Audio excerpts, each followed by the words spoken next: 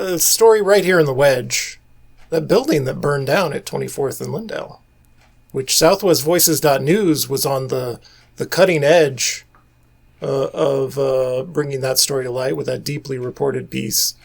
And also, the first time I had heard about this landlord was Taylor Darlene, who is a resident of Loring Park, where this landlord has another problem building that had been catching fire several times back in September.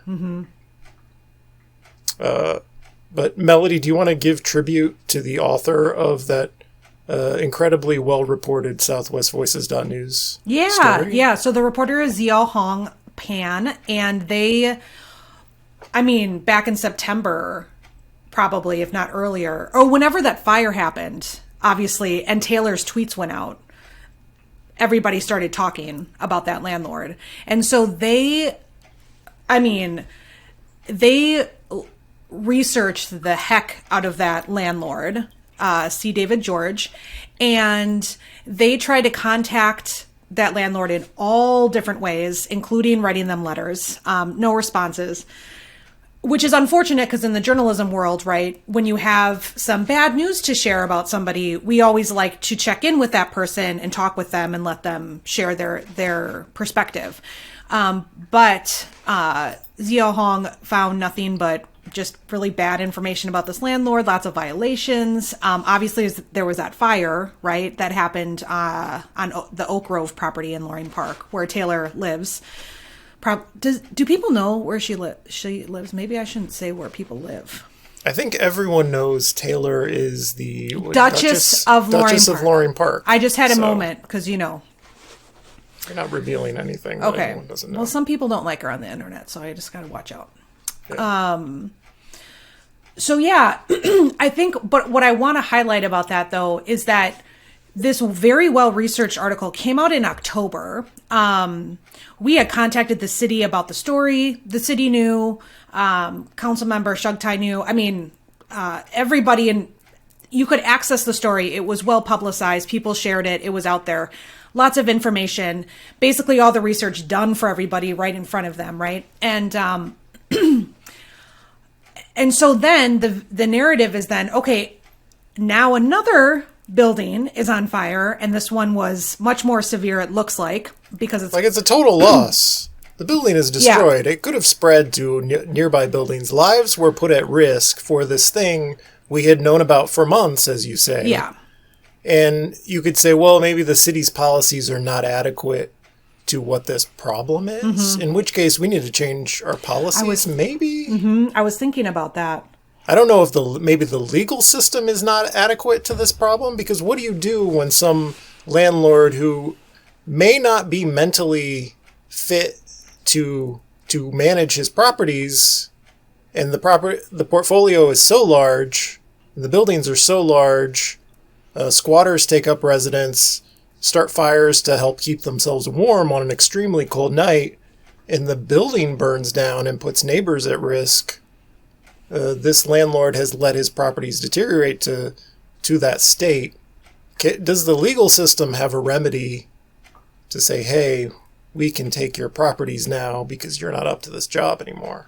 That's a great point. And I think it was Jason Garcia said in a follow-up piece that we published this morning that they were wondering if there was like some kind of eminent domain, kind of like emergency declaration that the city could pull, to your legal point.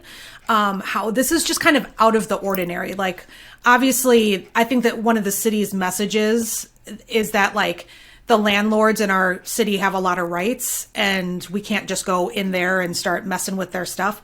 And I think we would all agree with that general premise. But the issue is that what happens in these like extraordinary circumstances that are, if we're going to continue not addressing the homelessness crisis in our city at a much more urgent pace, this is just going to keep happening. Like this, like what was really eerie about the story that we published this morning was that, and I saw this with my own eyes, somebody emailed us and tweeted at us and DM'd us very urgently and was like, I'm really worried about 2312. I live next door to 2312. Yeah, I got an email like that too.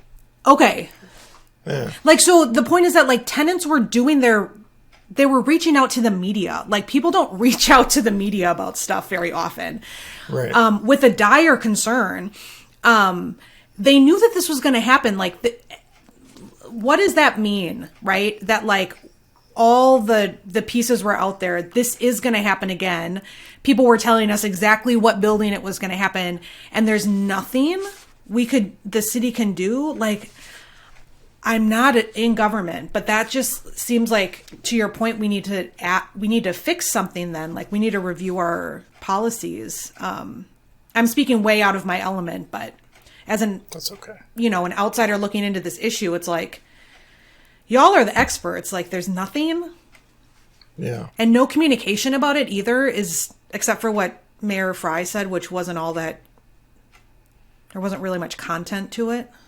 Yeah, it was basically, this is on the landlord, which is true to an extent, but also if somebody is up to no good and we all see it coming months ahead of time and neighbors are predicting there's going to be a fire and I live next door and I don't want that to be the case back in September, then I think we failed in addressing a very obvious thing that happened. Another part of the story is this that was covered in southwestvoices.news article is that this building served as affordable housing, not in a like legal sense where it was required to be affordable housing, but just where the rents happened to be. This is an older building, rents were lower, and the people who lived there because it was affordable to them, and they were like, as unfortunate as some of the conditions were, they were grateful to have the housing.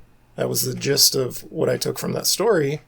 And now it's gone, I think. They're going to have to tear this building down. I haven't heard that. I'm just assuming by the extent of the damage that the building will be torn down. Maybe I shouldn't assume that. Nope. I would just like to insert a fact. Okay. They do have a demolition date. It's an emergency demolition date that the city issued, and it starts on Friday. But on Friday, what they're doing is actually this part hasn't been published yet.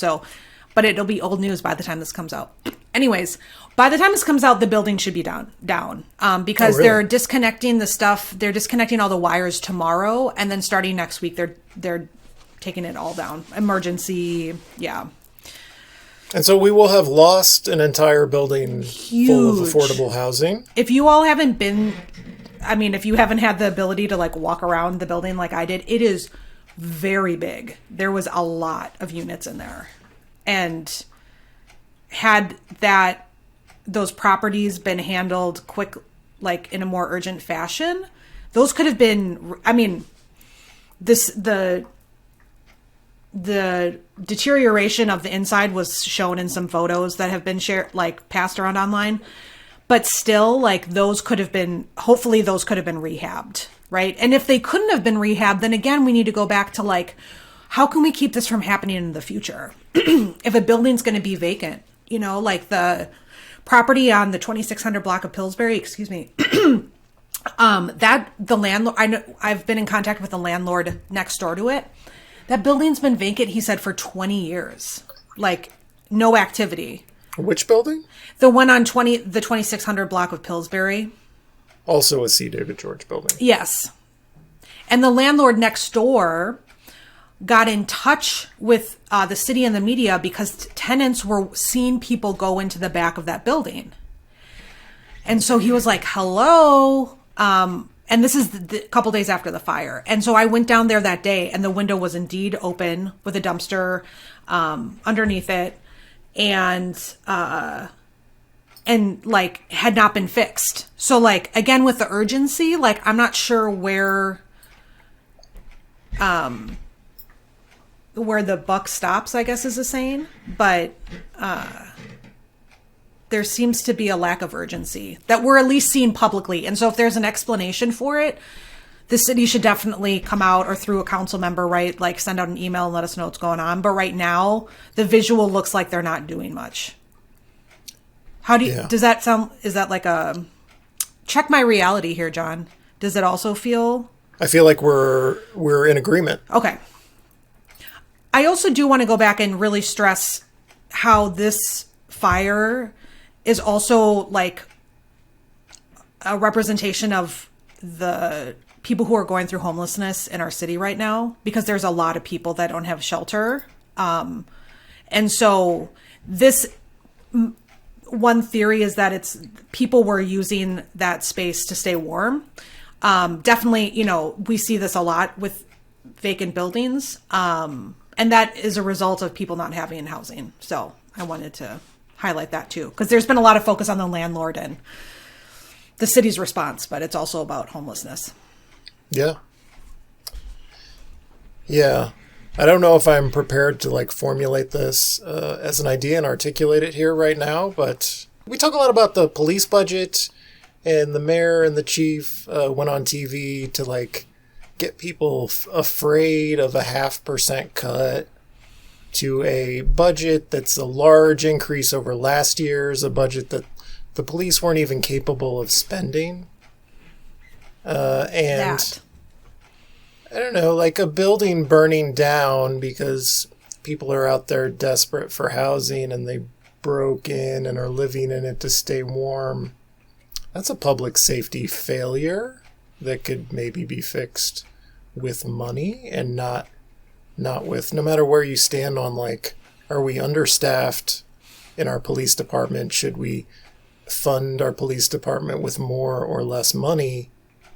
I don't think adding more cops to MPD fixes the problem of homelessness, which is clearly, based on this incident, a public safety problem. So I don't know if I said that in a way that's understandable. Absolutely. There's money that is available, or there's money in the city that can be used on addressing housing. Especially in a situation where the fear-mongering about police funding from the mayor and his new chief, about a 0.5% cut, that wouldn't cost us any officers at all, because the problem with MPD and staffing is not related to money. They have had more money than they can spend. It's because nobody wants to come and work for MPD. And you can debate what the reasons are for that. Maybe it's because it's a disaster of a workplace and no one wants to be involved with it. Maybe it's that. Maybe if generations of city leaders hadn't let this department deteriorate to a basket case situation where nobody wants to work, at least nobody wants to do a good job wants to work. I don't know. I'm rambling.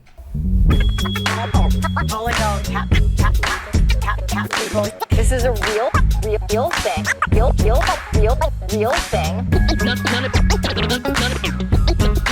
None of you have the balls to stop this. Stop this. I've got plenty of time. I have nothing else going on today. We're in the Wedge neighborhood right now.